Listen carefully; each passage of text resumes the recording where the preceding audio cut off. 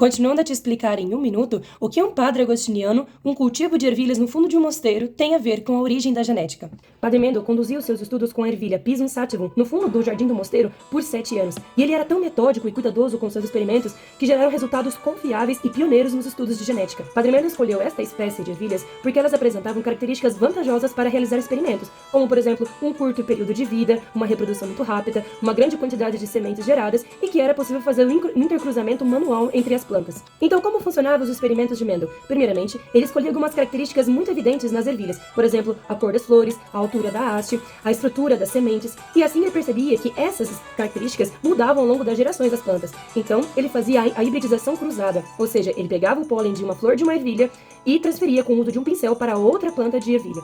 Então, Padre Mendel fazia esses cruzamentos com a geração parental, depois fazia novamente esse cruzamento na geração seguinte, a geração filial F1, e depois mais uma vez com a geração seguinte, geração filial F2. E assim ele percebia o padrão recessivo e dominante dos alelos que ele havia selecionado, das características fenotípicas evidentes. Padre Gregor Mendel publicou seus estudos em 1866, só que foi praticamente ignorado pela comunidade científica de seu tempo, porque naquela época as pessoas acreditavam que as nossas características eram herdadas a partir da mistura das características de nossos pais e que não havia nenhum padrão ordenado que pudesse reger essa regra. Padre Gregor Mendel não se deixou intimidar, mas também não procurou reconhecimento pelos estudos que fez. Guardou seus estudos e continuou sendo abade do mosteiro.